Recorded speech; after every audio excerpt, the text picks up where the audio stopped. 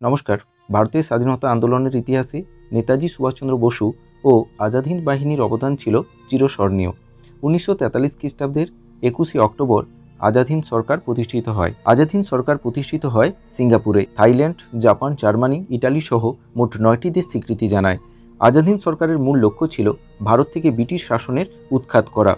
এদের প্রধান ভাষা ছিল হিন্দুস্তানি, হিন্দি ও উর্দুর সংমিশ্রণ। এদের জাতীয় পতাকা ছিল ত্রিবর্ণরঞ্জিত জাতীয় কংগ্রেসের পতাকা এবং মাঝে লাফানো বাঘের ছবি। আজাদ হিন্দ সরকারের মন্ত্রিসভাতে যারা ছিলেন, সর্বাধিনায়ক প্রধানমন্ত্রী, সামরিক ও উপদেষ্টা বিভাগের দায়িত্বে ছিলেন সুভাষচন্দ্র বসু।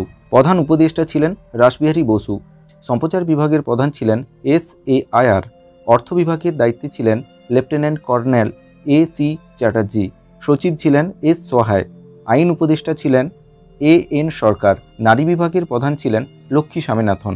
ধন্যবাদ।